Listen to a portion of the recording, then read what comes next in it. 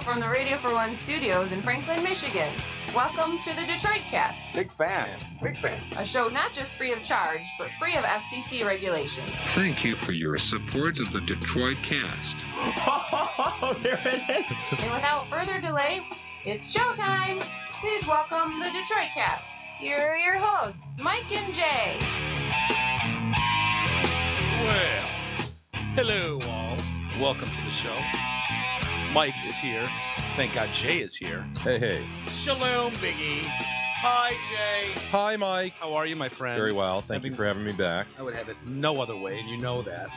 How's your early day going? Are we off to a good start? Everyone feeling well? Doing okay? Yeah, not bad. Not bad. I spent several hours this morning on a government website getting kicked off, signing back on, kicked off. Yeah, it's financial aid day for college. Oh, yeah. no. So I'm, plugging in all this information. I'm like 2 pages in, 2 screens in, and then this website is having a problem. Donk, gone. Isn't that funny? Like, we have problems, but the fucking U.S. government cannot get their shit together. I mean, remember all this stuff with Obamacare? I expected nothing else. Yeah, why would you expect that the government would be okay? Because you would expect that something that large with that kind of funding would be able to hire, I don't know, like some top executive at some web design company to make sure it works. But it's probably just the fact that it's being hit by, I don't know, 150 million people at once. Seriously, it opened up today, and so everybody was hitting it at 9 a.m. And when does it close?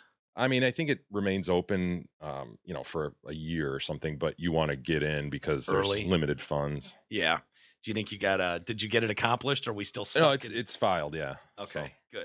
Good. Well, equally disturbing is how naked the room feels right now without Mike Lindell standing there. It's upsetting, man. And, if I find some son of a bitch If I find or hear the individual that has said that about me, I will pull your goddamn tongue out with the roots. Thank you very much. Yeah.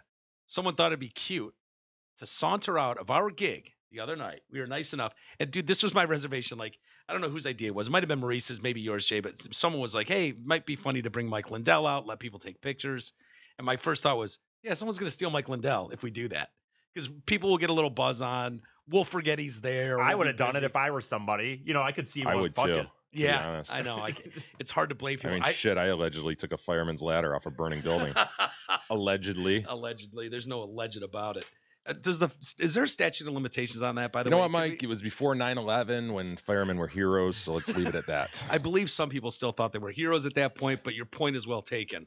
I got to admit, I would have probably stolen Mike Lindell too, but it's our Mike Lindell. You know what I would do if I were the guy who stole him, though? What? I'd take him around town and make it like he's been kidnapped. Oh no, here I am. Where am I? Yeah. And so we can narrow down where he is and see if we can't get him back. You create like a Mike Lindell Twitter account, a fake one, and you narrate. Here I am in Detroit. But if they put their own face in it and we identify it, dude, I walked. There was like a whole lot of people like trying to get 100 drunk people to all do the same thing at once is almost impossible. It literally took Shaving E's head to like get people. It's about to start. You better get outside. People are like, oh shit, they forgot about their tabs, their drinks. It was like, get outside. Yeah, there were waitresses following people outside. Excuse me. You still have a tab? Oh shit, yeah. One guy, I was out there with my beer. I didn't even think twice about it. And the guy came back in. He was like, I was kind of preoccupied, wondering what the hell was going on. One of the door guys, and he's like, dude, if a cop rolled by and saw you standing out there with a beer, he would have ticketed you for he could have ticketed you for drunk and disorderly, even though I wasn't drunk, but like public intox, like all kinds of stuff. Just being on the bar's grounds, outside. It's probably a huge problem for the bar too. Yeah, probably. So anyway, I go outside and I am met with 10 eyeballs at once turn at me, and they're laughing. 5 people. Yeah, at least 5. Probably more like 10 people, 20 eyeballs. I did not run into a bunch of pirates outside. But I walked outside and the laughter was outrageous. Whoever had stolen Lindell had just made a beeline through the parking lot, and these guys saw it and they were like, oh shit, that's the host of the show. Yeah. And that individual just stole Mike Lindell. And I'm like, what? And they're like, nothing. Yeah. Nothing. No one wanted to be a narc, which I do absolutely respect. Absolutely. You respect. I'd have done the same thing, Mike. And I respect the fact that he's out there with somebody. Yeah. But I'd say he's got a good home. Just use him. I mean, if you got him, use him and Dude, continue the joke. How funny would that be to have a Twitter account? Where in the world is Mike Lindell? And he's just popping up. He's on vacation with people. Then tag the real Lindell in it. He'd love that shit. And us, please. Yeah.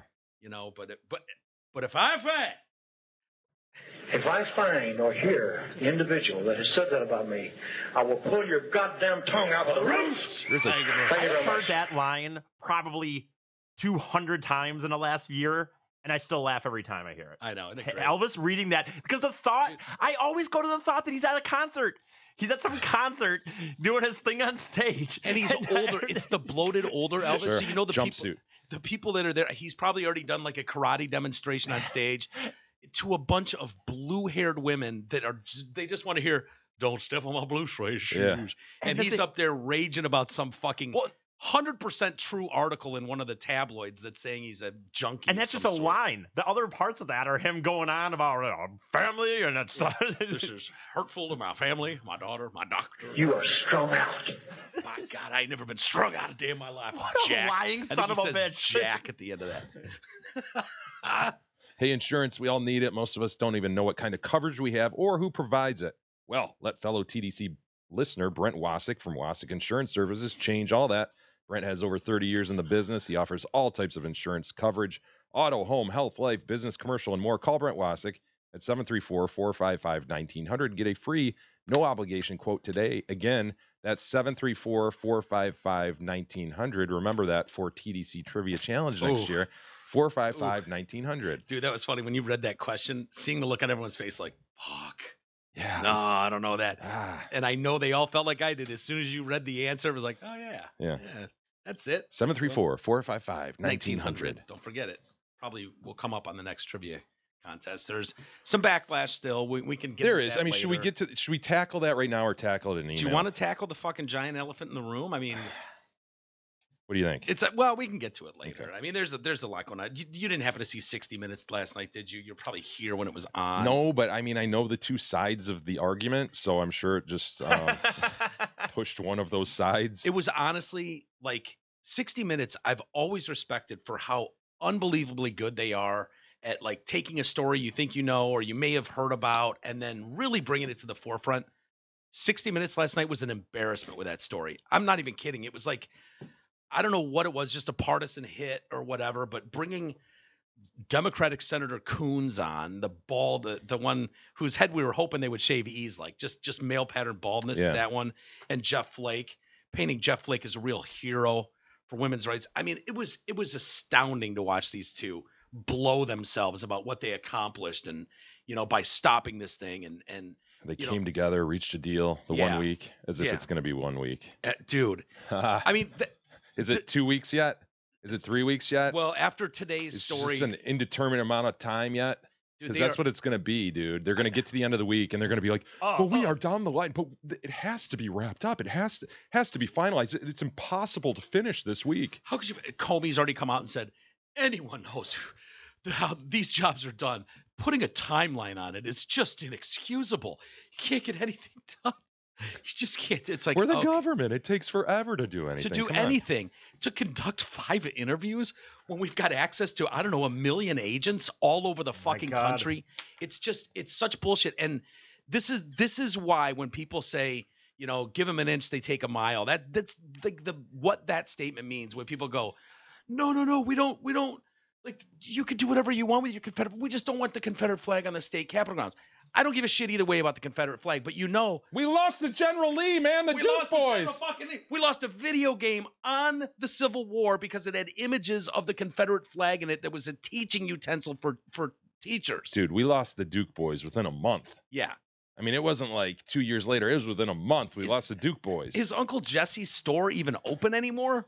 How do you even have that shop? You mean Crazy Cooters? Was it Crazy Cooters? I didn't think Uncle Jesse had a store. I know he had a one white of them has pickup like truck. one of them has like a Dukes of Hazzard store. Oh, okay. Yeah. Yeah, I think that is Crazy Cooters, actually. No, that's fucking Roscoe P. Coltrane. Yeah, but isn't he? Oh, he's talking to the dog. Yeah. Flash. I love it.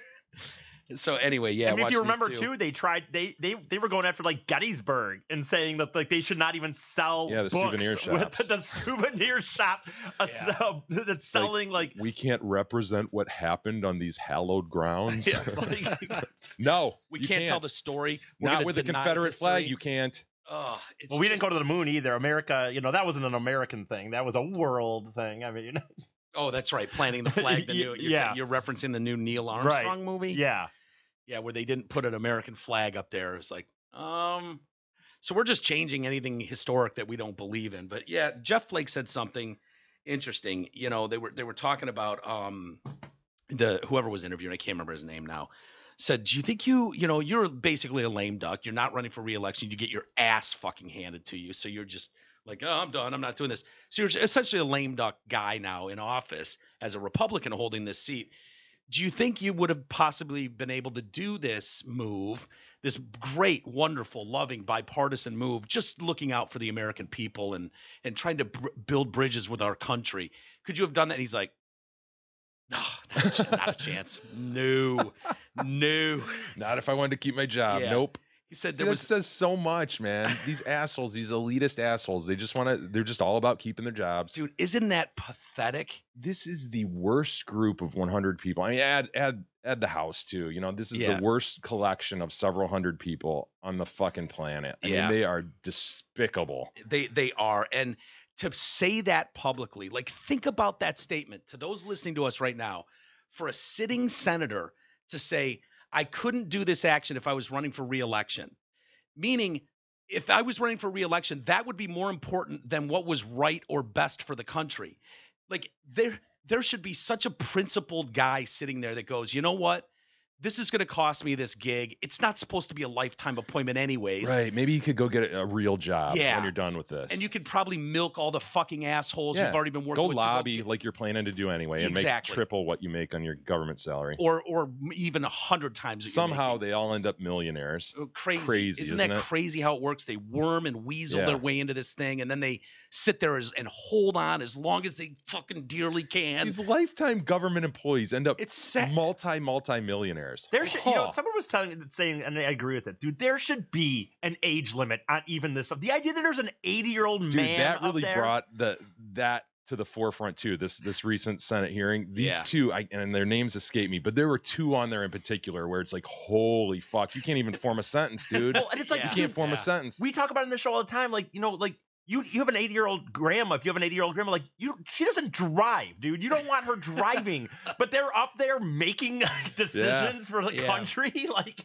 I know it's sad. And when you take a look, you take a step back and you see the whole committee there, and it's just like, oof, this just doesn't look good. It just doesn't. And then, we touched on it yesterday, but when you see a Senate that is split 51-49, that's going to happen going forward. It's like, this is all about you fucking elitist assholes sitting on this panel. This has nothing to do with what's best for the country, what you believe, and it's sad. And I hope more people see that. Well, it would be an amazing coincidence that, the 49 people all believe Dr. Ford and wanted a delay and want Kavanaugh not confirmed, and then all 51 of the red team want the direct opposite. What a coincidence. Crazy. Of course it's completely political. Of course it is. But that makes you a sexist and a misogynist, Jay. Probably a racist too. And it's like, no, that's just flat common sense. It's just common sense because by all accounts, these were probably at one point in their lives all smart individuals. Probably at some point they weren't such partisan hacks that they actually believed in helping and doing their civic duty. I don't doubt that.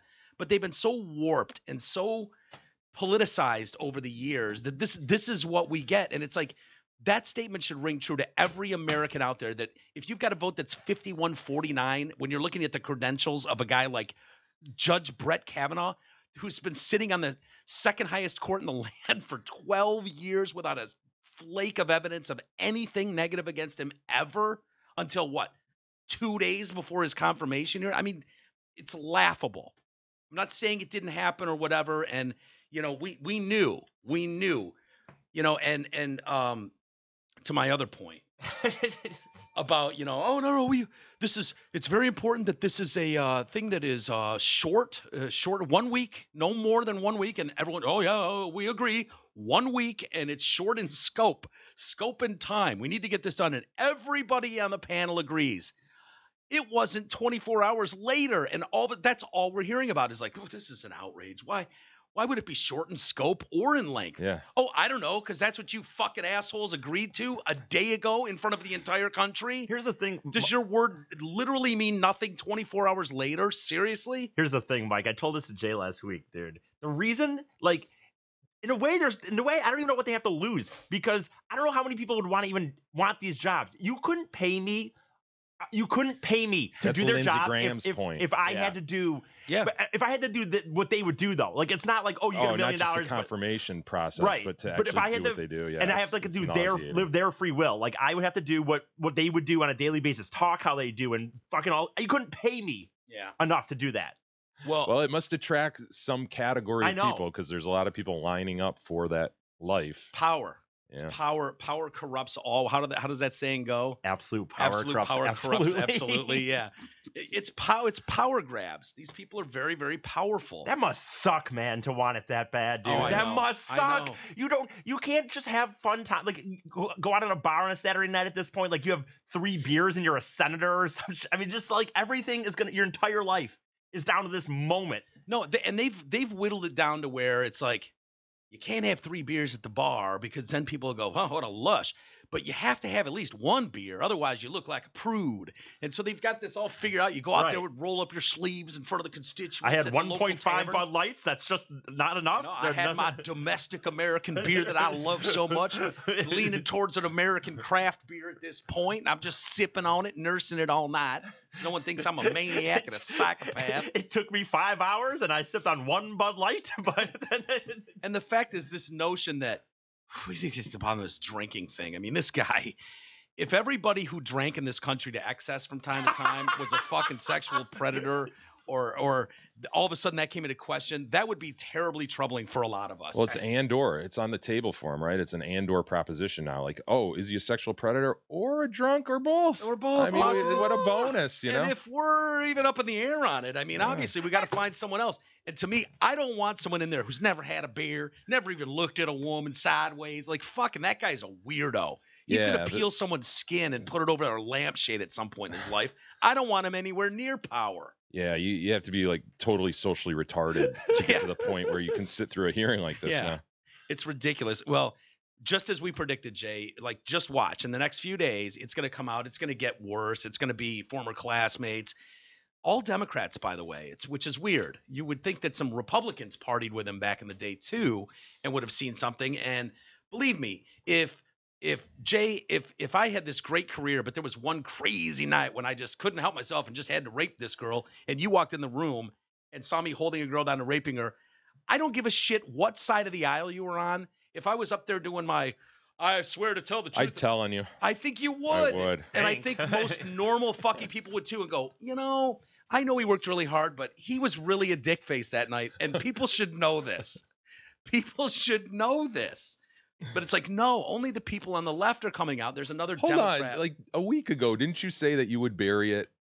Oh, I would. Yeah. No, I would. I'm in the very small minority. Depends. Mike's morally bankrupt, though. Plus, I'd want to want others to come forward, but if it were you. Well, okay, so let's switch roles. You're in there. It's a vicious rape going on, Jay, which is really out of character. I'll give you that. Yeah, I thought you were like, I've known him, though, the whole time, and it was the only time he did it, so. Yeah, pretty good. There's levels. Like, dude, if a girl walked by and you pinched her butt when we were 17 in high school, I think I'd be like, yeah, do we really need to bring this up right now to the fucking Supreme Court nomination after really this guy's entire career is going to be demolished by this stupid, no. But if you were gang raping some girls in a room, maybe I would bring that. Maybe.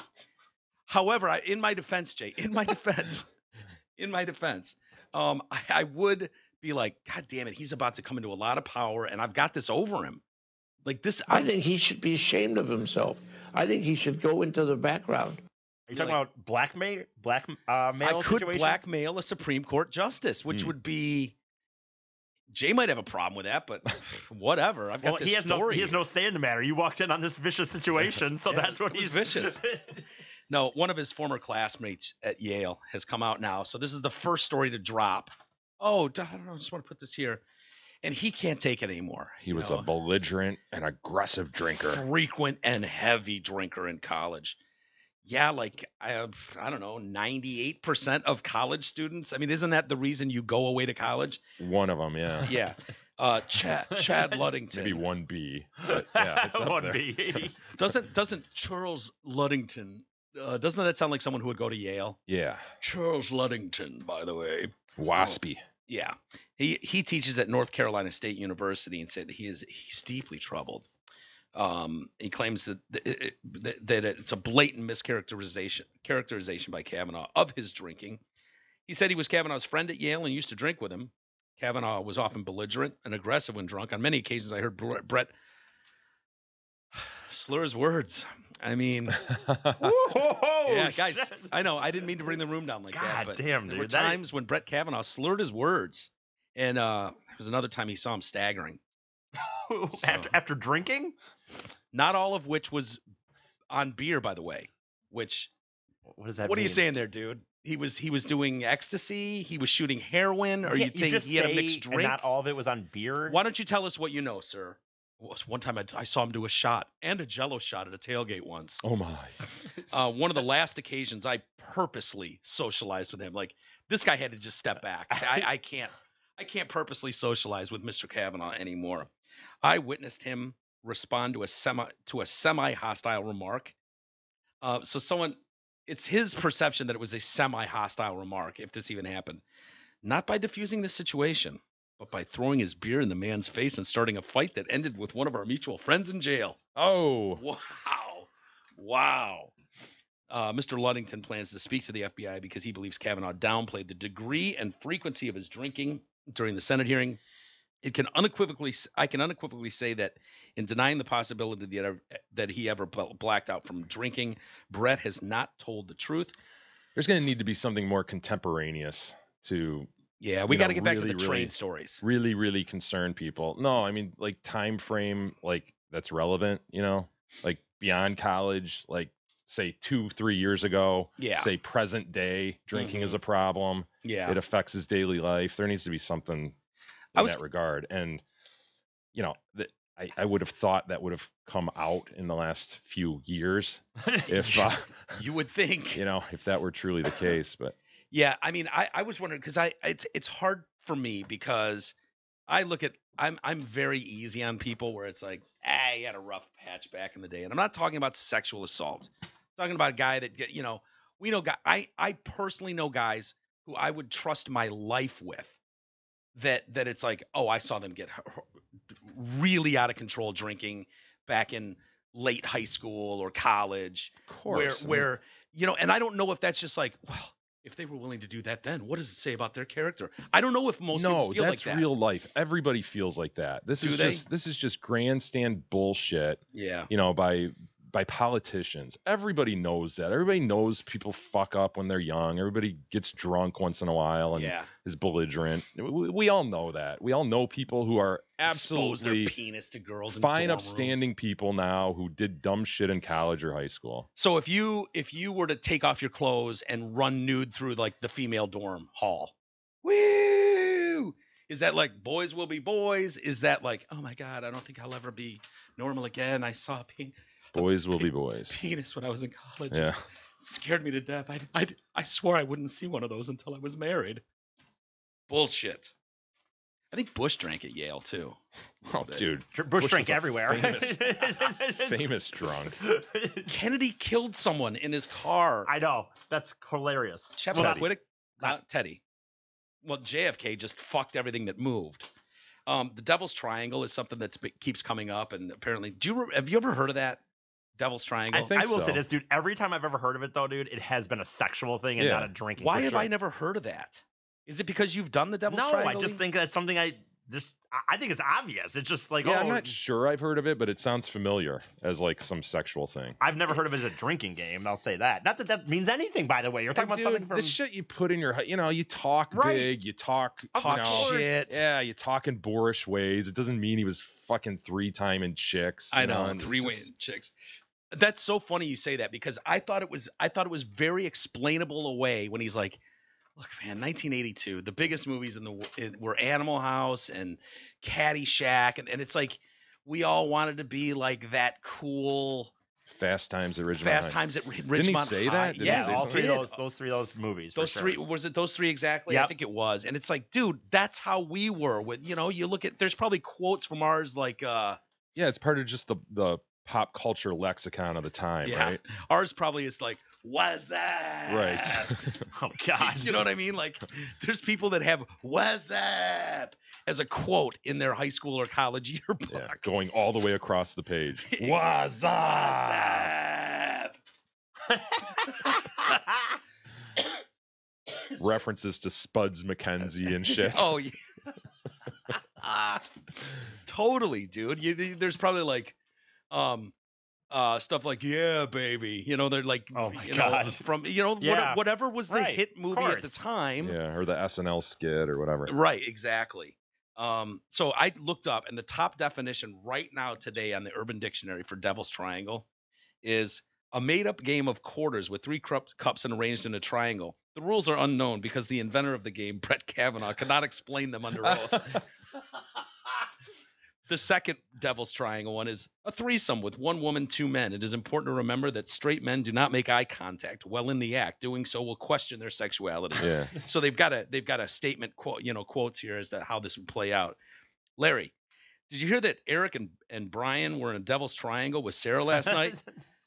Brad, yeah, man, I did. What homos? Larry, no, man, it's cool. They didn't make eye contact. That wasn't Eric and Brian. Isn't you and your brother? I don't think so. Did you and your brother run a Devil's Triangle on Sarah? I don't think so. I'm gonna say no. I'm gonna say no for now. But I'm not under oath. Like, I'm not under a testimony here, right?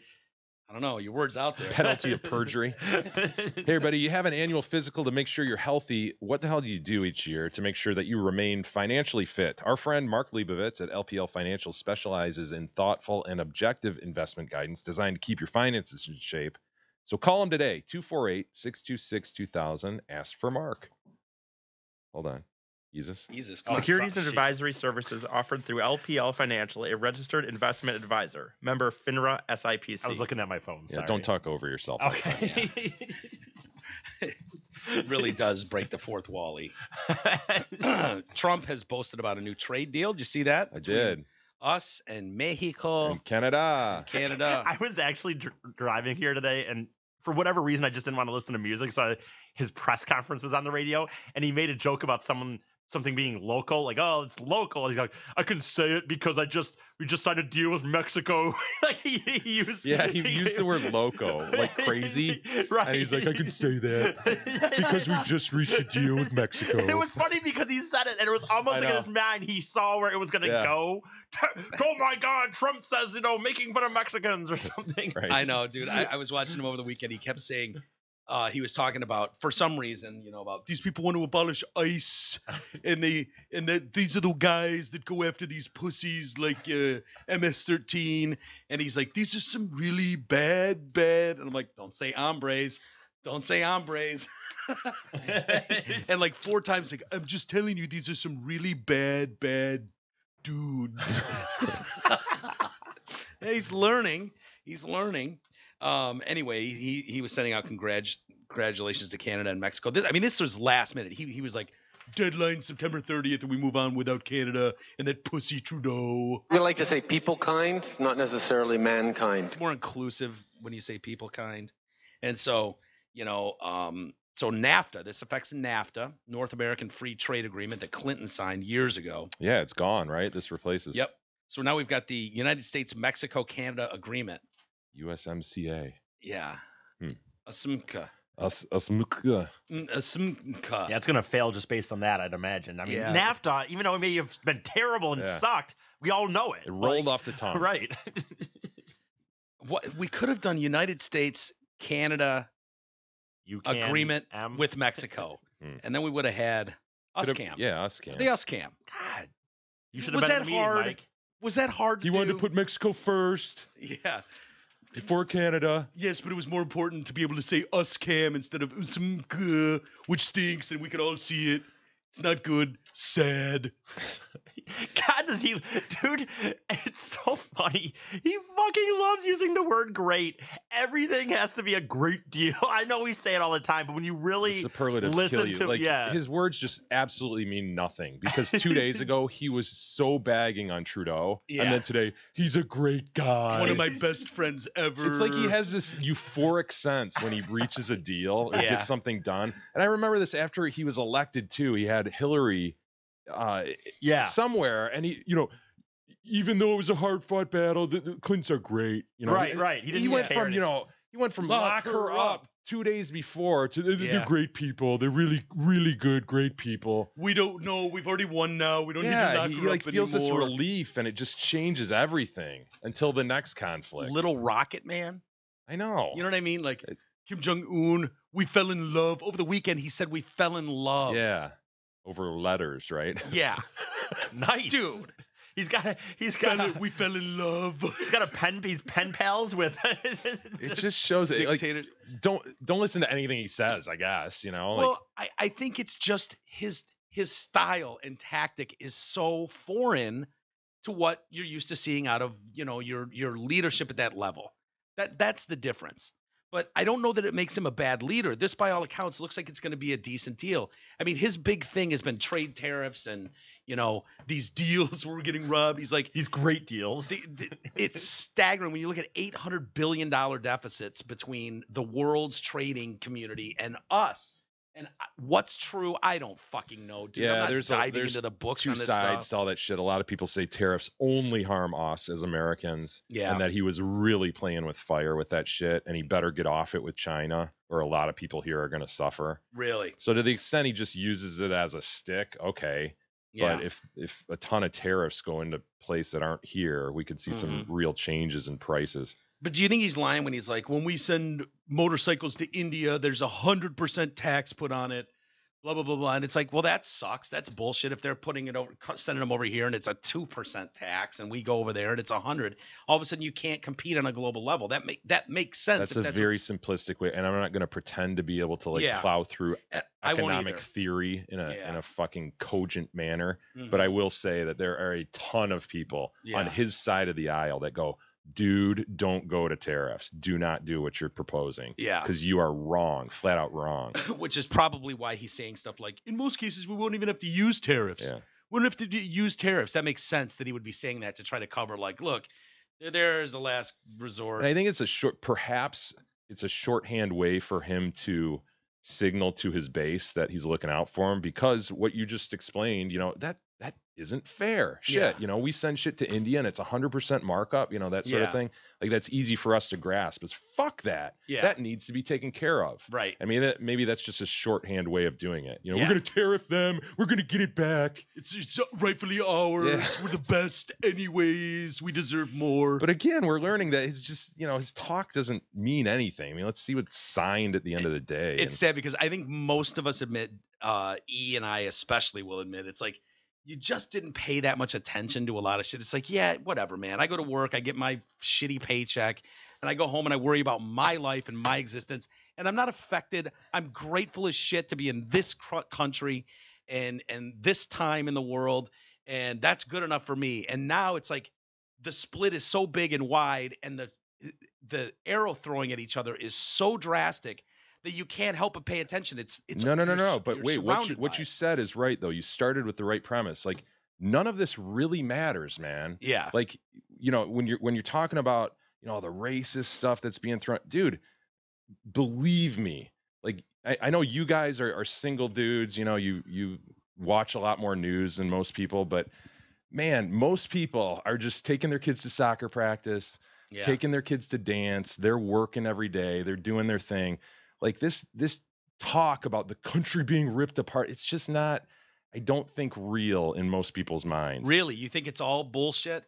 I mean, is there divisions, is there hatred on Twitter? For sure, is it being fomented by the sides? Yeah, it's worse than I've ever seen or heard, because I think of the availability of Twitter and everybody to have a say. Yeah. But I don't think really that much is that bad. I mean, I think it's a lot of fucking window dressing, and a lot A lot of just barking. I'll say this, I think for one, I agree with you way more than Mike does in that, because I tell you that Mike gets outraged about this. I say, dude, you go to a Lions game, go to a concert, no one fucking cares. So I agree with you like 90% of that. I think the only reason I see it, I know I brought it up on this show before, the only reason I even do see some of it is from doing the open mic comedies and seeing these comedians that are all left and knowing that if I didn't do stand-up, I wouldn't have literally not have to worry about it. But by doing open mics, I do know that literally I cannot go on my Facebook or tell any of these people that I lean towards the right or conservative. Or what? All right, I know. Or what? They won't That's put me my on these point. shows, Is like, though. They won't put me on these shows. It doesn't really. Say that. I was going to say it too. It doesn't really have a real world impact. It does to me though, because I won't be able to get on these shows, and I want to do that. But So I'm just saying, like overall, I think people are fucking losing their minds over nothing, and it really does show how blessed this country is at this point in history. Like, there's no time that you'd rather live than now in the history of man, and there's probably no country on the planet you'd rather live in. I understand. Like I said, I agree with you 90%. Despite this chatter that we hear every day. Yeah, but we haven't seen it affect local and national governments like we have. Like, it's having real, like, it doesn't take much of an uproar. One person sends the right tweet about, oh my God, I went into McDonald's and I was thrown out because I'm black. And you're like, boy, it sounds like there's more to that story. And it's like, thrown out of McDonald's because black, thrown out of McDonald's. And then it's like, all of a sudden, there's riots in the streets and fucking protests and shit. But not by people who, it doesn't, like, okay, 300 people are pissed off about that and another 500 chatting about it on Twitter. But for the rest of the main people in this country, I'm telling you, dude, like, I have a lot of friends who have families and kids, and this is only on the top of my mind because I do this. Yeah. And it's not on the top of these families' minds either. It's just a thing, and it's part of entertainment now, I guess. It's a sport we all watch, and and it is a blood sport. But there's an argument to be made that when you're making drastic rulings on transgender bathrooms in schools, now, is that something that every school has to deal with? Is it that big of a deal? Maybe not. But when a very small percentage can be very loud and making decisions that are then ultimately drawn up to the Supreme Court and all of a sudden, or to the Senate, and we're making votes and elections based on this type of stuff. And, North Carolina decides, we need to talk more about this. And all of a sudden they can't get a fucking national championship game or a Super Bowl or a fucking sports team or a concert in town, and they're monsters. And it's like, okay, that seems real world to me. Mm-hmm. You know what I mean? Like, that's all relative. I guess you can drill down and look at examples and go, yeah, that affected. And I agree. There is an effect by these things, but I just think it's overblown. I think people just need to step back and go, is this really affecting my life at all? Really?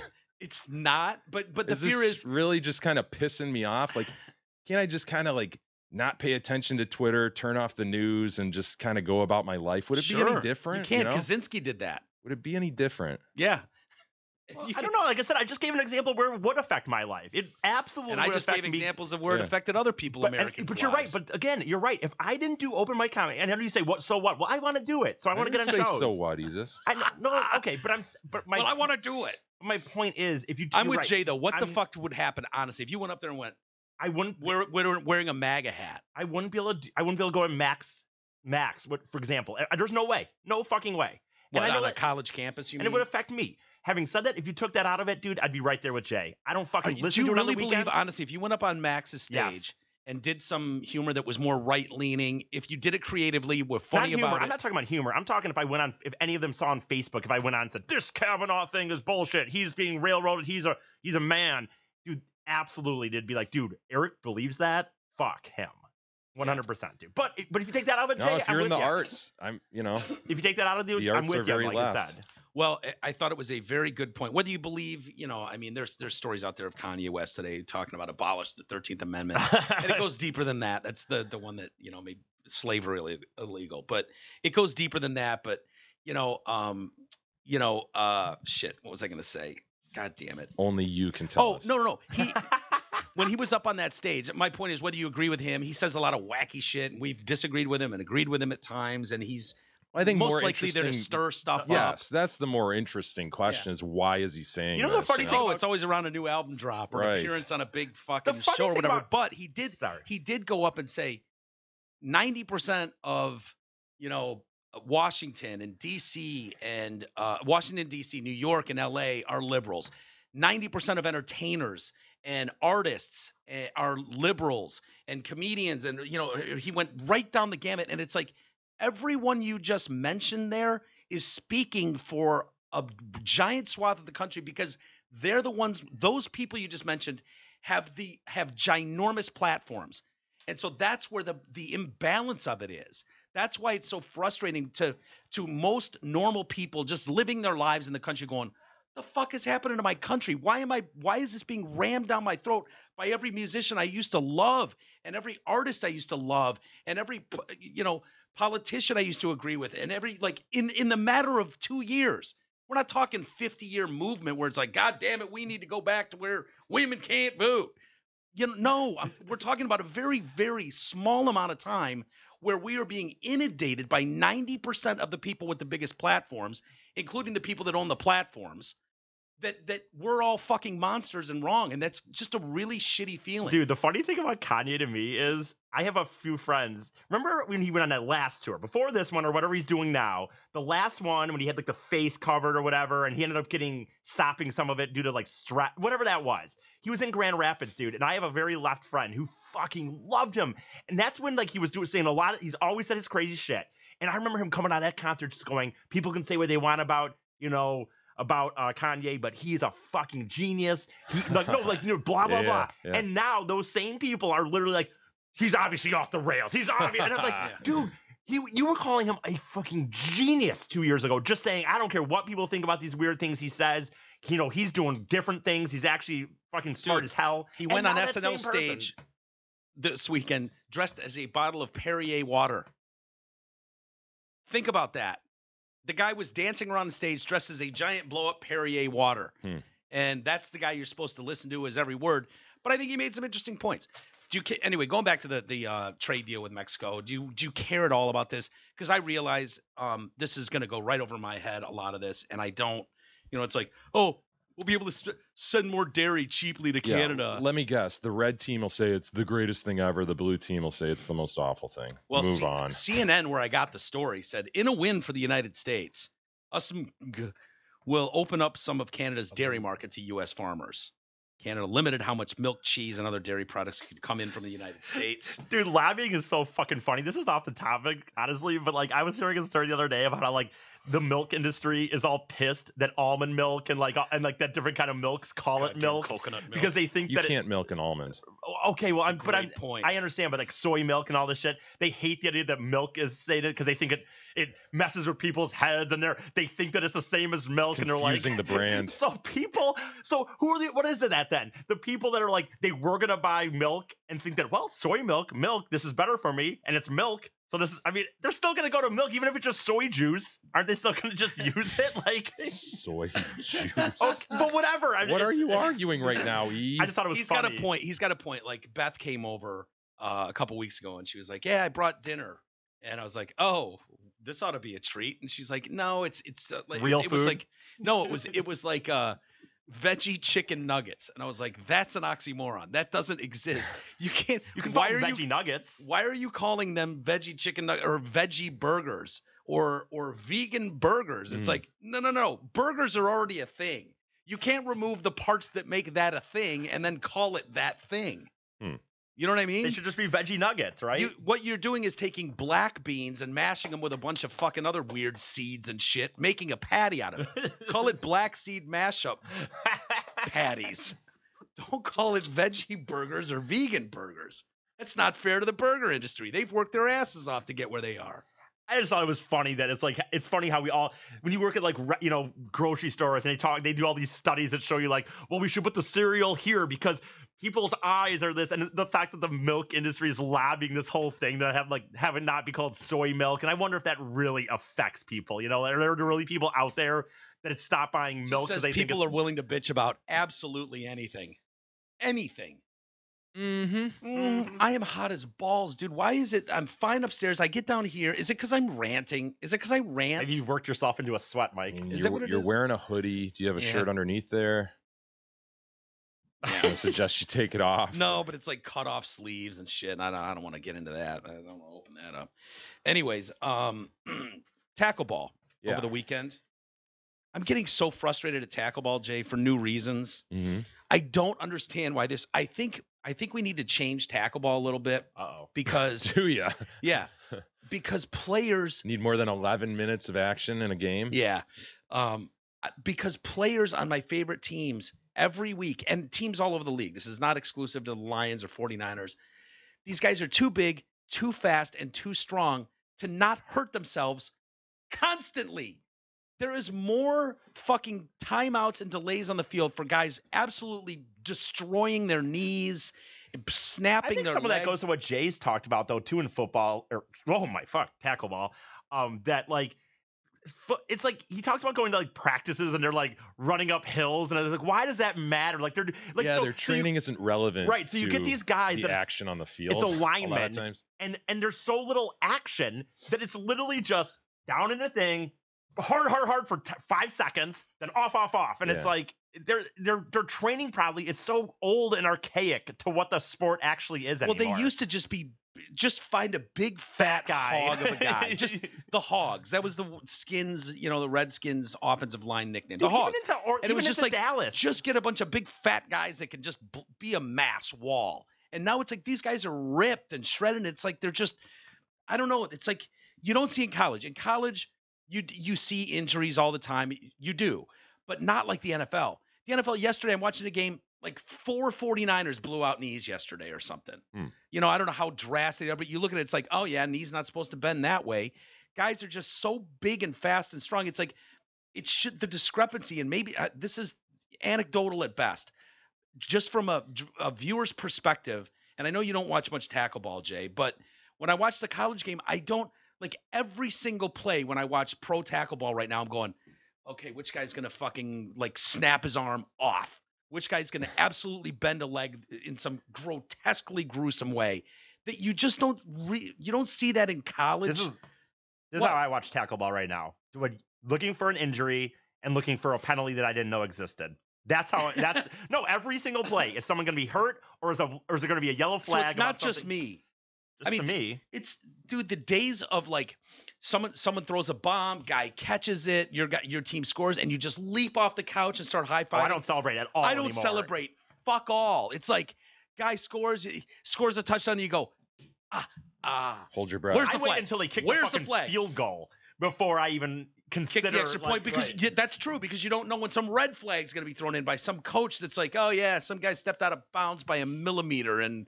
All of a sudden, we're under review and we're going to New York to talk to some fucking expert on rules. And it's slowing the thing down. It's getting hard. And then when you do see the play that just ruined your team's humongous sack or pick six or 80-yard touchdown, when you look at the play, it's like, are you shitting me? Some ticky-tack blocking bullshit that, look at the way he held the guy's jersey. We're a nation of laws, Mike. He held the guy's jersey there for competitions. They have laws as well. You see the way he turned his body by a quarter inch? It's textbook. It's going to get called every time. It's like, dude. It's the whole sport, though. Execution, Got to have all the dudes executing their job. It was execution 20 years ago when it was watchable. I don't know what to say. How do you fix it, Mike? What do you do? I think we need to have less athletic players in the NFL. I think we need to take the top. If you run a 4.4 40, you're out of the league. Yeah. If you run a 4.25 40, you can't play in this league. You're too good. If you can bench this much, I don't know what that is. We'll have to establish that. Mm-hmm. If you can bench anything over that weight, you don't belong in this league, sir. And then we just bring the levels down and we get back to a nice. But a restrictor plate on football? Huh? That's an auto racing term, but basically put a governor on football. I want a governor on football. I can't take it anymore where I'm excited for a season and 3 weeks in, it's fucking done because your starting star running back, your star quarterback, your star right guard and left tackle are fucking gone. Your safety's done Mike, for the year. I hate to put a hole in this for you. It's brutal. But much like, I know this is obviously a solid plan to eliminate a certain level of talent, but the most talented. But I want the most talented players out of the league. Obviously, sounds solid compelling. But just like when we had Ryan in here or whatever talking about concussions and people faking, lying under concussion tests, then you're just gonna have people in the comp. I'm like, yeah, I'm slow as shit, crazy. And if I find that they're doing that, if they're trying to weasel around my fucking very imperfect system, I know you can run faster, you asshole. If some guy picks a ball off and all of a sudden someone's timing him on the field and we're like, dude, that guy just went 40 yards in 4.3 seconds. He's full of shit. He needs to be kicked out of the league. All right, so you're obviously upset about the Niners. Apparently, they had a rash of injuries this weekend. And the Lions, name it, dude. I watch other games, dude. The reason I bring it up is because I got a story here. Do the Lions have any major injuries this year? They've actually been doing all right. The Lions have been doing okay. TJ Lang went out, Yeah, but he's kind of been injury prone. Yeah, he's been injured for the last 4 years. Concussion. He was hit by a man who was way too big and strong to be in the field and hit his head, and now he's done. He's out.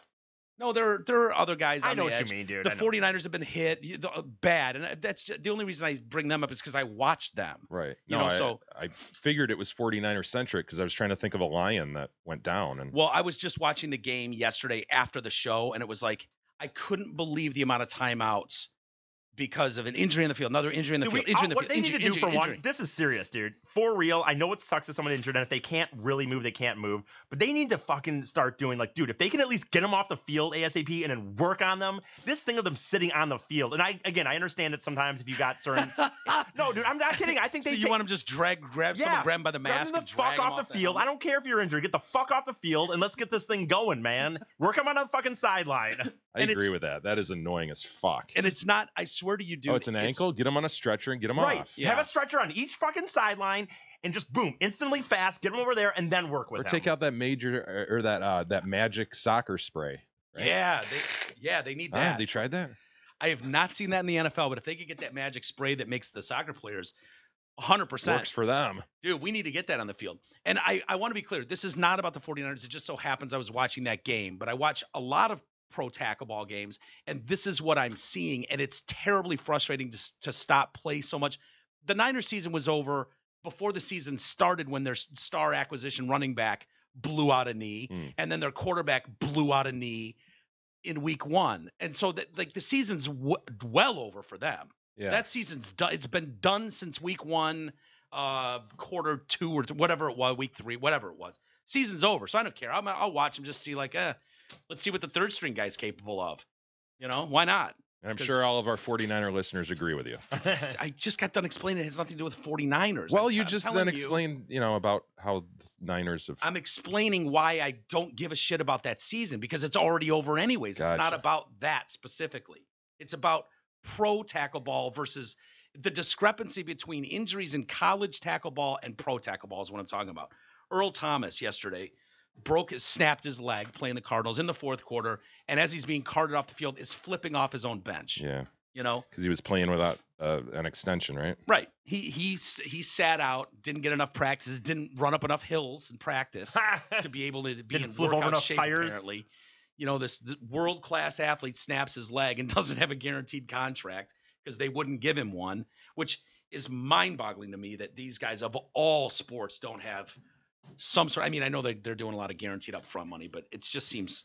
Yeah, weak union, man. Their union really fucked them. Yeah, that is a terrible thing on their. You're right on the players' union part. I mean, that's the one sport where you might be paralyzed on the field. That might just happen. You might be injured horribly bad for the remainder of your year, and that's just the end of you. But it's funny seeing a guy being carted off the field, like flipping his own bench off, like, yeah, you motherfucker. Yeah, this is what I worried about. Cam Chancellor hit in a game last year and, busted his neck. He's done forever. And that's what I was trying to avoid, is being fucked, not able to make money. And now here I am with a snapped fucking leg, and I'm, it's over. Anyways, moving on to other things. Did you see this Chihuahua that got shooted? Yeah. It's awful. 8-year-old girl has an 8-month-old pet Chihuahua. And some fucking piece of shit off his balcony, right? Sniping him? Sniped him off his balcony while he's out for a walk with his parents. Dude. It's not funny. I mean, I know. It's not. Look at Princess. I know. Look at Princess. Let me see. It's not funny. Oh, those shitty small dogs. I know, but still. I know. Why are you laughing? It's just the notion that somebody's walking their dog and a dude just snipes them off the balcony, a little rat dog. Yeah, a little Chihuahua. Pretty good shot. Rochelle Pearson and her boyfriend were taking their daughter's dog, I guarantee when they got that dog, they were like, this dog is on you. You were cleaning up after it. Yeah. You were walking it. And within a few short months, her and her boyfriend, of course, are out walking Princess. And the thing must have just yelped and then become like dead weight, right? You're walking it along and all of a sudden you're like dragging it. They heard it. Well, the Chihuahua will probably be in front of you, like pulling you. Yeah, true. So it's probably they had to catch up to it first, and then it would have become dead weight.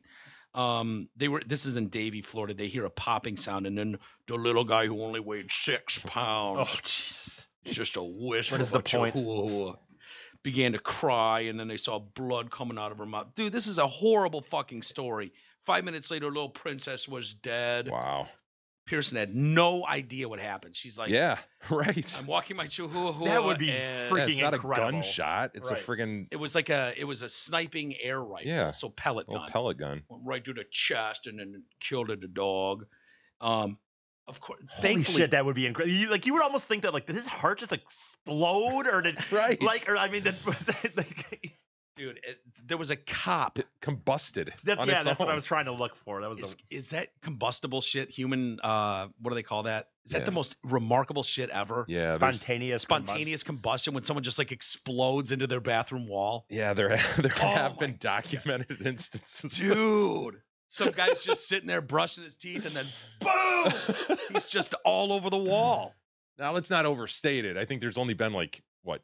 Two claims of this, 3 Two claims. claims of is enough for me, man. Yeah, I know. If you're It's- standing there in your bathroom and all of a sudden, boom, you just combust. I'm not sure either of the two were in a bathroom, but yeah, I get your point. I think one was. Bing Over the mirror and everything. Dude, I think it was on a wall. Some lady was like, yeah, my husband was in the bathroom. And they showed like the wall. And it was like, oh, yeah, that dude's like painted on the wall now. He's painted on the wall. Spontaneous combustion. I mean, I thought it was like they'd start on fire. I thought I always thought about that. But I mean, it's definitely it says Spontaneous combustion. I think maybe they light on fire, but then explode. I don't know. Well, I mean, it does have to do with overheating. I mean, I think here was the Oh, maybe I'm about to spontaneously combust. right. I mean, I knew it. I've known it has to do with overheating. I used to have When a this- human, either living or recently dead, seems to burst into flames without an external source of ignition, it is argued that it may get caused by an individual's behavior and habits, such as alcohol consumption. Oh boy, Brett Kavanaugh. If he spontaneously combusts on the Supreme Court bench, can you see examples of ones? Because there's better examples. I'm telling you, I watched a special on it, and there was this woman who was like, her husband literally blew up into the wall, dude. It was like there was no foot remaining. Like his whole existence exploded onto a wall. So anyway, I don't know why that came about. Maybe Miss Rochelle was wondering if poor little Princess combusted spontaneously. There was a cop, an off-duty officer of Pembroke Pines, Florida officer, who saw the whole thing. Yeah. Saw the kid up on the balcony with a black sniper rifle. Oh man. Miguel Osorio was driving towards the apartment complex when he spotted a guy on the second floor with a scoped black rifle. As a cop, that's got to be terrifying. Be like, Yeah. okay, what the They'd fuck's catch that your dude? eye, right? What is he doing, Holmes? He then witnessed in horror as the man took a knee, lined up the crosshairs, and fired a shot at the innocent dog. The shooter, 19-year-old Johansson Concepcion de la Rose, we'll leave that right there, told police that Princess actually walked into my sight line. That was the problem, is that Princess, all 6 pounds of her, walked into my sight line as I was simply shooting into a lake, towards a lake. Ah. Yeah. So maybe he was trying to like one hop it off the cement and into this lake. His friend, what'd you say earlier, E? Snitches get stitches? Yeah. His buddy was like, no. He said a friend was on the balcony with him and said his intentions were far more sinister. Daniel Alvarez told investigators that Concepcion de la Rose had showed up to his apartment with the pellet rifle. He said he spotted Prince and said, I'm going to shoot that dog. He's been charged with felony cruelty to animals, was taken to Broward County, Maine jail, faces 5 years and $10,000 in fines. Pearson and her daughter had only moved to Florida from Wisconsin the night before. Oh shit. Yeah. Got there the night before. They said, Oh man. yeah, they said their daughter played with Princess the entire drive from Wisconsin to Florida. Well, they had that time together, you know? Yeah, to It get was closer special. together. It was So special. that if your dog is shot by an asshole in a balcony. Now Pearson has been left to explain to her daughter what happened to her beloved pup. Welcome to the neighborhood. Yeah. Yesterday, I told her someone shot her dog and they were trying to save it. I wanted her to sleep last night. Today, I will have to tell her that her little princess didn't make it. You know, is that the best move? Because I would think that would keep the kid up all night. Saying it got shot, but they're working on it. They're working on it. Yeah, I think I'd save it for the morning, maybe. Would you? Would you say, like, because the kids, obviously, if you go for a walk with Princess. Wait, how old's the kid? Like 8. Yeah, save it for the morning. Save it for like next Thursday. I don't know. Okay, fine. You and Gab are out walking Princess. Biggie's up on a balcony, takes a shot, takes Princess out. You get home with just an empty leash, and Sweet Pie is there. I get the shish kebab stuff out, and No. You walk in the door, and I imagine Sweet Pie is gonna be like, "I cleaned my room. Can I play with Princess now?" And your answer is because you want her to sleep that night. No, you do have to just confront it and be like, Princess is dead. Done. And then you get you a new one. Don't worry about it. This is unbelievable. Sweet Pie, have a seat. You're not going to believe this. So we're walking Princess out of the blue. Boom. Down goes Princess. Turns out some fucking piece of shit. Yeah, this isn't something you can keep secret or explain very well. So, yeah, you got to just come out with it. I think it's even worse to be like, I would just say, Princess got off the leash. We're going to keep looking for her. You know, but saying someone shot your dog in the face and no, because then she blames you. Oh, did you let Princess off the leash? Oh my God, I can't believe you, Mom and Dad. You lost Princess. Yeah, well, I fucking bought it for you anyways. Buy your own Princess and walk your own fucking dog, Sweet Pie, and then this wouldn't have happened. Apparently, we're awful. I think you got to. I'd be like, I can't be responsible for the criminal acts of third parties. Okay, it's a good point. Hey, our good friends at Zotford and Holly are excited to offer their interest rate amnesty program for a short time. The interest rate or payment on your current vehicle is too high. Zotford will help you solve that problem. The process is easy. Hop in your current turd mobile, head to Zotford and Holly, pick a shiny new or pre-owned whip, choose your new payment option, start enjoying your fresh new ride today. Surf their sick inventory at dealsinthed.com. And don't forget to tell them that Mike and Jay sent you. Sure. Let's take a quick timeout, and then we're going to talk about Europhasiacs. Sounds good. Go ahead and bing that while we're taking a quick time out.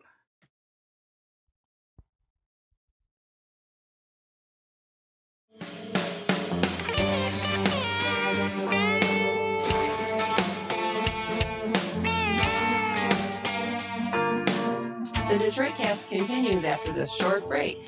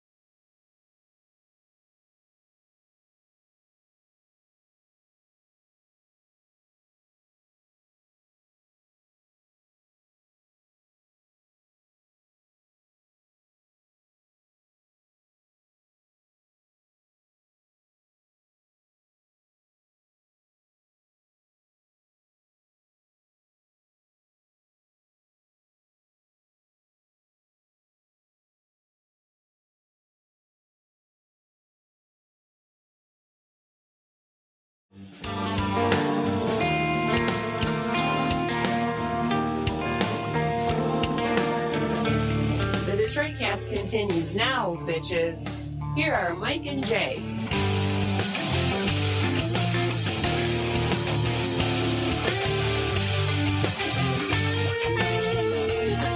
Alrighty. Welcome back to the show. Mike and Jay. Very weird looking Big E. I just posted out a picture on I got a nice picture of his head outside. Yeah, I put one up on Instagram too. Did you?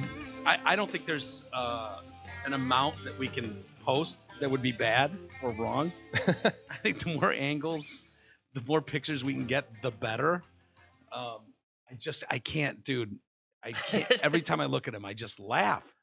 So I just posted a picture on the Detroit Cast Facebook page, maybe Twitter as well, showing him looking as absurd as he does. It's all in the bangs.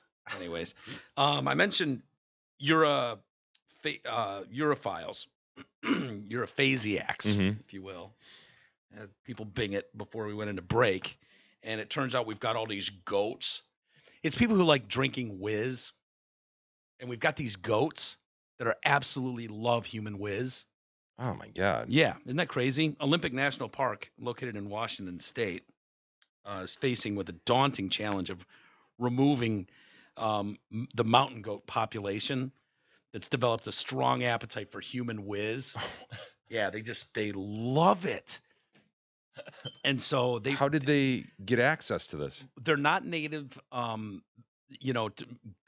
These mountain goats are not native to this park, but they brought them in, the species. And since their introduction in the 1920s, their numbers have blossomed. There are 700 plus of these guys in the mountains.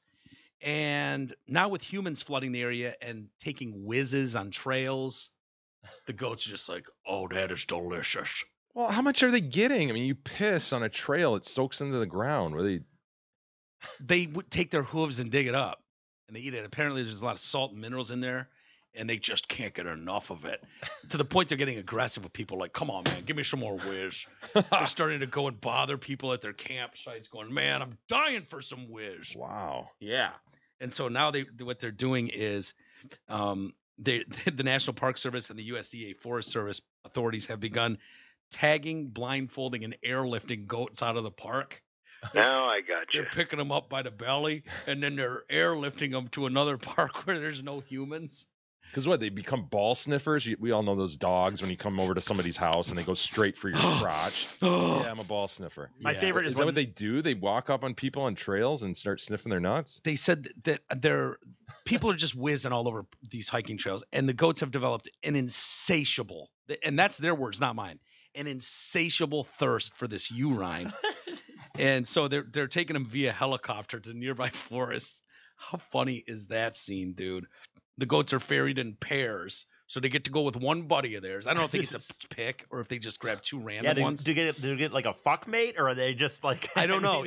Probably not. They probably don't want them banging anymore because, like I said, it's an explosion of the population, and they're taking them to Mount Baker National Forest, where I don't know if they're going into treatment. They're trying to wean them off of human whiz. Yeah, how do you lean? Like they just, oh well, there's no more anymore. I mean, aren't they just going to go through the withdrawals and stuff? Or? Probably. I mean, they said in their new park they can roam free without human interaction. But that's what they want, though. That's what they want is the whiz. I know. They said they want to reduce the goats' numbers to the tune of approximately 90% of the 2018 mountain goat population. The remaining 10% would be dealt with via opportunistic ground and helicopter-based lethal removal of mountain. Hey, that sounds cute, but lethal is in that sentence. That means murder. You're gonna kill a goat because he simply likes drinking human whiz? And they said it was suggested maybe we could take them out with shotguns or high-powered rifles, and that would do the trick. Although the park insists, would it do the trick? First priority, yeah. Ask Princess about how that would do the trick. First priority is trying to relocate. And when we can't, we'll just shoot him in the face. I don't want to be shooted in the face. Leave me alone. Stop whizzing on the trails and we won't have a problem. Poor little guys. They can be they say that drinking that much whiz has an adverse effect on their immune systems, makes them more aggressive and stuff. Who knew? E, have you noticed that? Because you don't seem aggressive to me, and you've drank lots of whiz. Not in a long time, I guess. So human whiz, maybe too. I don't know. I don't know. Didn't seem to have that effect on me, I suppose. But I also wasn't to the point where I was hammering my friends like, come on, just piss in this cup, dude. I can't pee. I don't have to pee right now. Just piss, dude. They said mountain goats can be a nuisance along the trails and along wilderness campsites where they persistently are seeking out human urine. Could you imagine, like, if you're camping? Jay and you has got just up. I'm just trying to imagine. No, I'm not beside myself. I'm just kind of like, this What is if you were such an odd story. What if you're camping? Say you didn't. I wouldn't have known about this. I fail to see how they're getting them. I guess I can picture them digging up a spot and the smell, dirt, I guess. But yeah. But like, love it. So they odd. Love it. But say you're camping, you know, and like you just get out for the morning, and you're a guy, so you think like, whatever, no one's up right now. I can just go pee by this tree, and like the goat is just like, oh shit, he's about to piss. He's that dude is. I can tell that human is about to pee. All of a sudden, there's 8 goats just standing there. right. They're Before it starting. even hits the ground. They have to have signs that said, instead of "do not feed like the squirrels," it's like "do not pee by the goats." I've never heard of this. I know. They said they're starting to get like a pack mentality where they're ganging up and going to campsites and being like, "Come on, man, Demanding it. just a little whiz. I just need my fix. Can you just give me my fix?" And that, you know, some guy's sitting there. Can you imagine you're taking a nice long healthy whiz, a hike whiz in the fuck on the trail, and all of a sudden some goat walks up and just starts drinking from the tap. He just wants his whiz so bad. Damn, guys. Would you let it go, Mike, for a little bit? Yeah, hell yeah, I would. I'd let it go. He's enjoying himself. Who am I? You're feeding nature. Unrelated to lapping up urine are the general safety concerns of interacting with a swelling goat herd. A hiker was gored to death. This guy refused to give up whiz. Holy shit. And these goats took him down to Chinatown. That was in 2010. Just picturing the standard issue billy goat, man. I mean, fuck. These goats will kill you. Yeah, they can if they want something bad enough that you have and you refuse to give them. Yep. Authorities cannot implement fertility control largely because the animals are so hard to corral. So what are you going to do? Are we going to have a safe sex thing? Talk with the herd so that they don't keep banging and producing more goats? No, they're goats. Yeah. There's also no approved contraceptive available to quell their birth rates. Oh, there is. What are those things? You couldn't give them I don't think they'd use those things. So urophiles are people like me that are dying to be whizzed on. Urophasiacs like E and goats like to drink human whiz.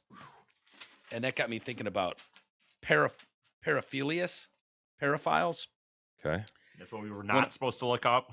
Well, paraphilia is, I was like, they kept saying like, oh yeah, you know, lots of people are paraphilias. And I'm like, what is a paraphilia? Well, when a person, or in this case, a goat, has a paraphilia, he or she is sexually aroused by an object or activity that most people don't consider sexually stimulating, such as feces, for instance. Scat freak. Yeah. They can occur at any age. Men, they say, are most likely to be shock. 99%. Right.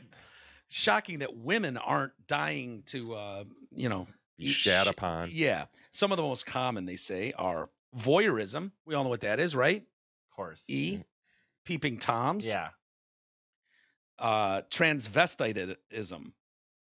Sexually stimulated by dressing up as a member of the opposite sex. Exhibitionism. Flashers. Froiterism. Rubbing one's genitals against a non-consenting person, often in public. Who is that guy? People on the subways and shit, man. It's an exclusively New York issue. New York and Boston or something. Yeah. Frauturism. I don't want those people around me. Somnophilia. I think I might be a somnophiliac, dude. What's that? Arousal caused by fondling a person who is asleep.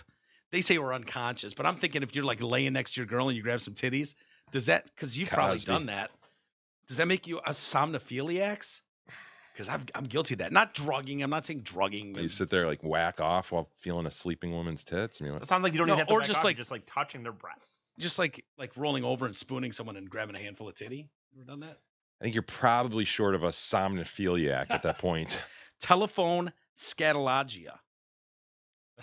I hear scat and I think poops. But no, that is sexual pleasure derived from making obscene phone calls to people who don't consent.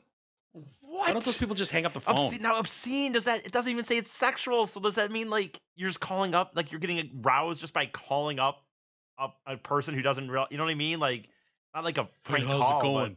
You want to suck my dick? Yeah, and then you get their shock, right? Oh my gosh, what are you talking about? And it's like, oh, that's so exciting. Wouldn't their They're shocked? They're shocked. Their shock should just be like the hearing of a click Yeah. phone. Click, done, gone. Coprophilia, arousal from feces. I thought that was what George Sr. liked. Yeah. You know, I thought Coprophilia. that was It's not coprophilia. It's coprophilia. George Bush Sr. His favorite musician is also a sexual syndrome or something. Well, yeah. What was it? David Copperfield. David Copperfield. Oh, that's such a dumb. It's just so lame. It's wordplay at its worst. It's like a dad joke, a dad joke, but a sexual harassment version of a dad joke. He thinks he's being blue. Right. Some dork who thinks he's being blue. Did you see this mailman? Speaking of taking whizzes, did you see the mailman taking a whiz on someone's porch? No. Yes. Shit, right on their porch? Yeah, dude, this is hilarious. Hold on, before you hit play. So many people have these videos in their doorbell or by their doors now. I mean, it's just expected now, right? That if I'm walking up to a porch, I'm just assuming that either in the doorbell and or if in not the there, keyhole, somewhere on the fucking street, you know, somebody has one hanging from the side of their house or something that's going to get you. I would. This is so bold nowadays. And they've gotten to the point where it's like, oh no, it's color and in high def. Right. Like we could see your face. It used to be just like it was like the Bigfoot video where you just saw some grainy image and it's like, I don't know. Yeah, and Keep it's an eye out, digital. It goes right up on YouTube very easily. Yeah. Don't have to transfer it from VHS or anything. And when you've got with video clickbait like mailman pisses on my porch, that video could easily go, and it has.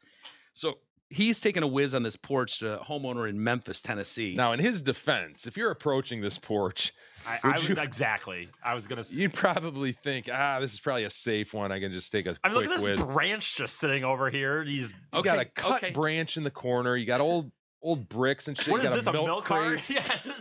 The blue thing too. Is that like a plastic like bucket or something? I mean, what's that blue thing on the far What about left? that heavenly looking arch at the front entrance? That's kind of nice. But look at the yard. I guess maybe that's not overgrown. I guess that's just because you've got a shit yard and porch does not give a mailman the authority to whiz all over your porch. Now, I didn't say that it did, but the homeowner that posted this video knew that the concerns of the general public were going to be his shitty porch. Oh yeah, he's addressed that. Good for him. Look, he anticipated this. Look, listen. We just moved in a month ago, and my front porch may be a work in progress. However, no one deserves this. Mailman pissed on our front porch, then touched our mail. #Memphis. He's got a point. Now, the mailman, I think he's being a bit dramatic here, but he says he refuses to touch that mail because the same hand used to hold this guy's dong while he whizzed, then touched his mail and put it in his mailbox. Oh, right. Yeah. Do you think that's a bit like, dude, really? Hey, if we only knew how many dongs were touched right before things that we touch every day. Yeah, we wouldn't get anything done. We'd be paralyzed. Yeah. We wouldn't get anything done. Now, what do you think his technique is going to be, Jay? If you're the mailman walking up to the porch to take a whiz. If it's me, I head to stage left corner and kind of piss over by that milk crate kind of thing. It seems you've got more coverage here if you're trying to hide. And then also if you've got like a doorbell camera, maybe it doesn't have an angle wide enough to catch you. His technique is a little different, and I think this is what does him in. Go ahead, ease us if you would. He already have his dong out right now because he's blurred. He already has his dong out. Oh my gosh. Dude, he's just pissing while walking. He walked right up the front steps pissing. Yeah, there you go. Wow, dude. I had to look at this a few times to realize it was the right Back it up 2 seconds. Yeah, I want to hear what that was. What was this? Is this a move most guys do? Go back. Sorry, yeah. Listen to him here. Oh shit! That was back it up. Yeah.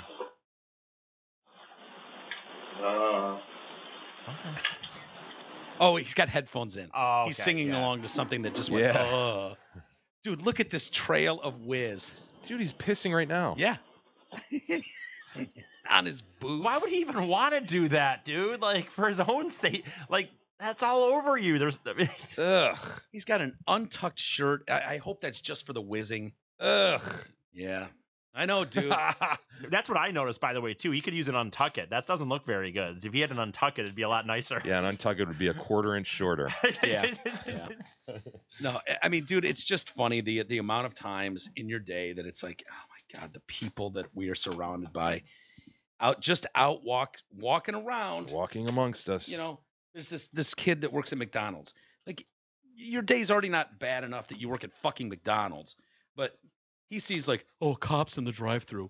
I'm gonna put peroxide bleach in his Coke. Nice. Yeah. So this piece of shit here, is facing 20 years now. Hope it was worth it. Sweet. Hope you got your message across, pal. So his name is Trevor Hockaday, 22 years old, working at McDonald's, and dumps 4 little droplets of peroxide in this cop's drink. Cop's in the drive-thru. He leaves.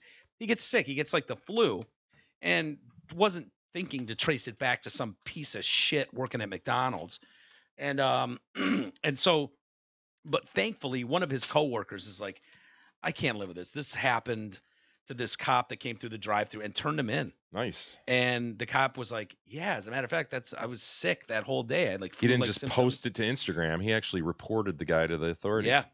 Brian Nice. Murphy, Sheriff Brian Murphy, said that Hockaday added 4 little squirts of a cleaner that the restaurant used to wipe down counters. One of his coworkers came forward to investigators. Oh, so like he took a squirt bottle.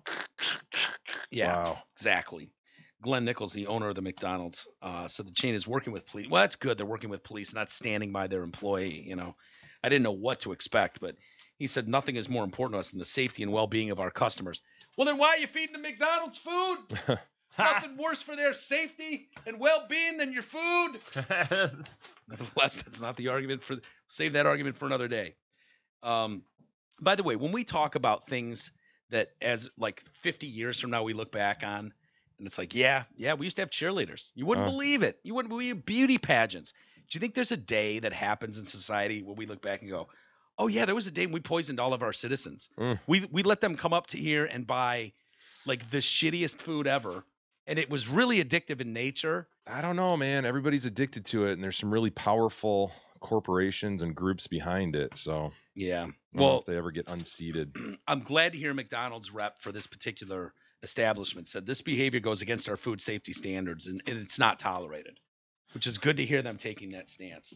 Now, before we get to email, Isis showed me a video that I thought was hilarious. I'm tad skeptical, but this one, Yeah. do you have it there? Did you see the kid doing karaoke? No. Go ahead, E. Kind of. All right. We all know this song. Yeah. It contains one word. Look at him. Scoping the crowd.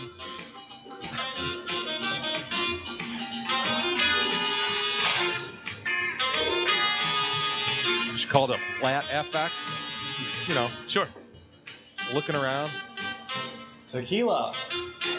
I guess I didn't think about being skeptical about this, whether this was a real thing or not. You're right. I think it's staged, dude. Okay. This barkeep here, like, yeah. and this kid here. Do you know what I'm Yeah. saying? Does it look? It doesn't look like he a looks normal. fake as fuck. The guy in the foreground. Yeah, shit, dude. I don't know. I didn't. Does it look like it could even be him, like with a hat on and a little growth that he's added? The idea. It doesn't change the idea. The idea It of would be doing funny. tequila at a karaoke bar is hilarious because it contains one word said twice. Here it comes. Yeah, don't want to interrupt him. Yeah. He's looking around nervous, like it's my turn. 2, 1. Tequila. It would be funny to do though, dude. Now that I think about it, It's you're right. not bad. It would have been before this video I went know. viral, Isis. I know. Yeah. Now it's not. Right. It's been done now. It's like, man, that Bill Burr joke was hilarious. That would have been Yeah. fun to do in the clubs. Yeah, exactly. You know, That it's so- Jackass just 'cause show. Just because it That couldn't go. Jackass show was hilarious. Dude, just because it couldn't go viral, just because it wouldn't matter, doesn't mean it would still be fun to do at a place, though. I'm sure somebody would not have seen this video. that's true. If you were to just go in there, the fact that they would even have it in there, I don't know that they would. Right, exactly. That's part of the reason that makes me think that maybe this was staged, to Right. look the way it does. Still funny. One of the comments on this page. I like the part when he says tequila. It's one of the comments. What are the other? Is anyone else skeptical? I'm trying to look at it. And I don't see anybody. What are people saying? By far the best cover version of this I've ever heard. Why did I watch this entire video? Thank God he didn't mess up the lyrics. So Jay, you've been known to send requests to Mike Massey. Would you feel comfortable sending him a request for tequila? See if he could I'll be cover like, tequila. all right, guys, I get it. Jay and I'll come up on stage with you. We'll do 3-part harmony. We'll do the whole song next time you're in town. Tequila. What do we got for email, Jay? If you want to write into the show, send us your thoughts to email at DetroitCast.com. If you want to send Easus some anthrax, feel free to send it to P.O. Box 250268, Franklin, Michigan 48025. Another question that stumps some people. Yeah, that was one of our final questions, right? What's our P.O. Box number? Yep. Speaking of trivia, there's a few boy. comments on trivia here And that I want to you hit. were very generous in giving somebody credit for that answer. Yeah, we'll get to her. Jay writes in, trivia contest. Gentlemen and E, just to clear things up, I was the guy yelling about the second annual trivia contest being rigged that caused your boy T-Roy to become concerned. So you'll recall T-Roy exited the bathroom that evening and saw somebody screaming their head screaming at the stage and kind of in a threatening manner. And Am I gonna have to it was fuck someone Jay. up tonight? It was Jay. Here's my theory on why it was rigged, says Jay. The questions in the first two rounds were too easy, which caused multiple teams to have perfect scores. So to narrow it down to only 4 teams in the finals, I'm assuming, key phrase, that some type of random draw had to be done. Easus, Not you true. were there along with Marisa and her husband. Not true. And I Marisa's came in for the end husband of could it. not be a more objective observer of this whole thing. not Stand only- up, gentlemen. By the way, not only that, I didn't even literally did not look at any names or on a sheet. There I were just 4 perfect scores. Right, That's that was it, dude. There was a shit ton of 29s. a shit ton. Yeah. And we There was sort of we looked got at each lucky, other and we're dude. like, fuck, I'm glad there weren't, a shit ton of Final Fours Right. because we would have had to have a whole round And to of your point, not tie only- break, not which we would have done. We would have done a tie break. We wouldn't have just randomly picked God, or picked no. It people was we prefer. Fuck no. I was like so relieved. Dude, I that walked somehow- up to the moment he's about to talk about. I walked up when Marisa's husband, Mike, was separating them by score, right? So you had 2 pieces of paper, and it was like, these people got 30, these people got 29, and they're all set up. And he's like, fuck. He was visibly worried, like, fuck. If we have less than 4 people that got 30, we're going to have to do a tiebreaker between a lot of people. Am I right about that? No, you're right. And dude, again, Marisa's husband was the one who said, dude, we have 4 right here. And I said, oh shit, okay, take all the 29s off now. And I'm like, boom. He said, we have 3 30s. Mike did it first. Oh, sorry, And he you're goes- right. You're right. That's how he goes, said it. You're right. fuck, do we have a 430? Is there any chance we have a 430? And he goes, oh yeah, we do right here. And he's like, any other 30s? And then it was just like, what's 20? Now, what was the difference between the 29 and the 30? It just means somebody somewhere got a question wrong. Right. And there was a few that tricked So people why up would it the be rigged? If those people all then got one question wrong, well, then they've got nothing to bitch about anyways. Dude, I wasn't looking at names and I wasn't paying attention to any of that. I was keeping a score. Two big questions were the relay team. A lot of people got something wrong in that. And Mike's the 5 things. A lot of people just got one of those 5 things wrong. And that's that. What was a are the big deal. 5 things that Mike's I like 5 most? favorite things. My 5 favorite things: hand, mouth, butt, vagine, But and anyway. tackle ball. A lot of people picked oxy. A lot of people picked pussy instead of vagine. We were looking for the exact statement. Josh writes in concerning trivia night. He's a member of the winning team, by the way. Mhm. Not sure where else to start other than to apologize to Mike. Hearing that the phone-in ruined the end of the night for you, honestly, that is the only part that I'm upset about. Moving on to the trivia controversy. Look, listen, I was approached by someone asking if I had room on my team for another player. I answered yes before I even knew who this was. Turns out it was Fox. And quite frankly, it took me 5 seconds of conversation to realize how good a guy Jim is. And I know for a fact everyone else would have opened their arms and accepted him on their team.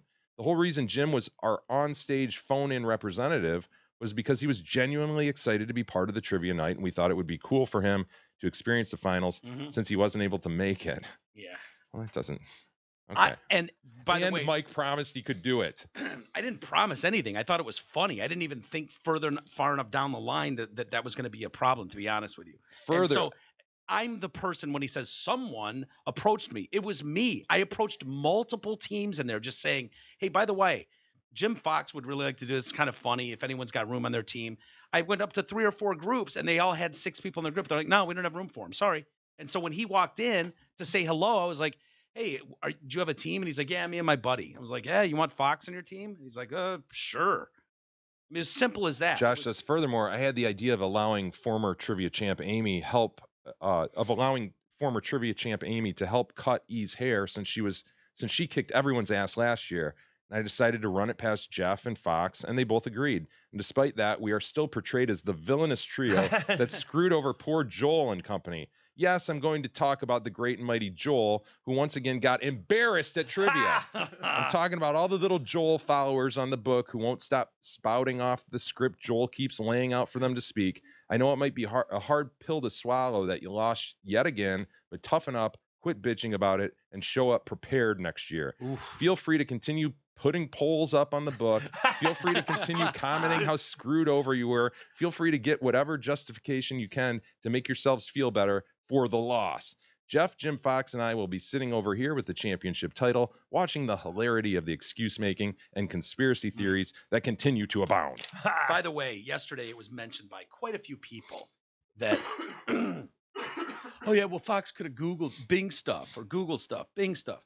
He could have had someone else there who was helping him. He could have, da-da-da-da-da. I will say for the record, I was on stage looking at a lot of faces. And I was on a cell phone the whole time, so I was able to look at a lot of faces, and I saw quite a few people mouthing answers to people on stage. Yes. I wasn't going to say anything. But since you guys want to push, don't think for a second that I didn't see some of the shenanigans, the tomfoolery. And that was the forfeiture/shaming rule that I put into the rules. It was that once your guy's on stage answering the question, nobody else from your team can help you. And I was very clear about that. And getting to Amy's formal complaint, she starts out with me mansplaining that very rule to her. Because I did. I went over to her table and I was like, look, I want you guys to get tripped up on a dumb rule or a dumb wrinkle here. Nobody be given your onstage person answers. And she's like, thanks for mansplaining it. Why is that mansplaining? I have no idea. To whom it may concern, and the king of mansplainers, says Amy. Allow this email to serve as my formal complaint as to not only the via satellite component of Trivia Night, but the explanation and play-by-play of said Trivia Night on yesterday's show. First, after the amount of mansplaining that happened by Jay to our team in regard to the rules, imagine my surprise when said rules didn't apply to everyone. They were very clear and allowed no room for misinterpretation. If only you would have mansplained for just as long to the group of men, this might not have happened. That was my first complaint. My second complaint is that I have no problem with Jim Fox phoning it in for the first and second round, but for the third and final round, someone who was present, as the rules described, should have had to be the one answering the questions on stage. Did those team members not feel confident going up against me, so they had to phone a friend? I maintain that had either one of those gentlemen come, gross, up with me on that stage, I would have beat them, thus maintaining my TDC trivia crown. And now, under the most egregious of all offenses, your description of my anger at said event. She was fuming. She was pissed at me after. She wouldn't even talk to me for a few minutes after, dude. If she wasn't yelling bullshit, she was yelling asterisk, asterisk. Please note that while I was annoyed. Annoyed is not the word. I just simply have a resting bitch face. That's how I look. I did not yell or throw a temper tantrum like some others who were in attendance. And while I did snap at E when it was over, it was only because he was chirping at me the entire damn time, and that irritated the shit out of me. Although I will say I felt bad about that, and E and I have since made up. Is that true, E? I texted her and said, I'm sorry. I expect a full retraction on today's episode, and in addition, please let me know when Team Hot Chicks No Dicks can come in for our in-studio visit. It only seems fair. If one good thing came out of this gross, it is that I can now attend Trivia Night next year from the comfort of my own home, and I don't even have to socialize with anyone. No. Hashtag winning. This will never happen again. Goodbye for now, the OG TDC trivia champ. I don't know if we'll ever be out in public again. Yeah. We get shamed the whole time, dude. People don't like us. That was an embarrassment, though. They don't like us. It just promoted controversy. The whole thing, we just handled it wrong. Yeah. It was handled wrong. Yeah, it's my fault. Blame me. Well, wait, you should be clear, dude. No offense, the only thing that was wrong was Jim Fox. Yeah. When you go back to the scoring and all that shit, that was done. Jim Fox should not have been allowed to appear via satellite. Oh, so you stand with Amy. Hashtag I stand with Amy. I kind of do. Yeah. And I regret changing it up. I don't know why. But it would have been like. Why didn't anyone just go, by the way, Mike, it's in the rules that he has to be in person in the finals. I would have just gone, oh, Fox, sorry, you can't be in the finals. And I would have said, Josh, get up here and sit in.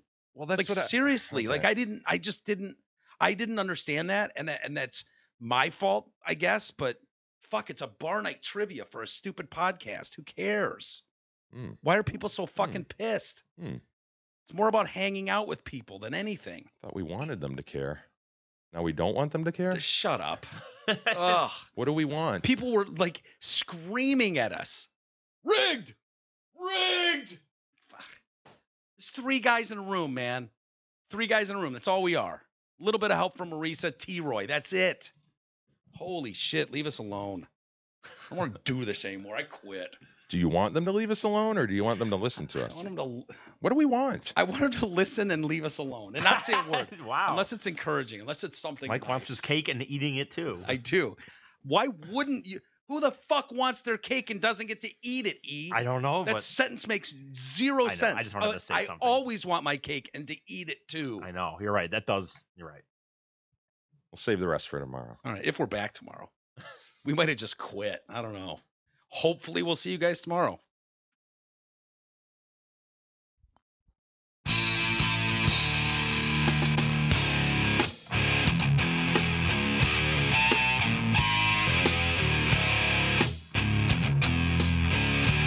You've been listening to the Detroit Cast with your hosts, Mike and Jay.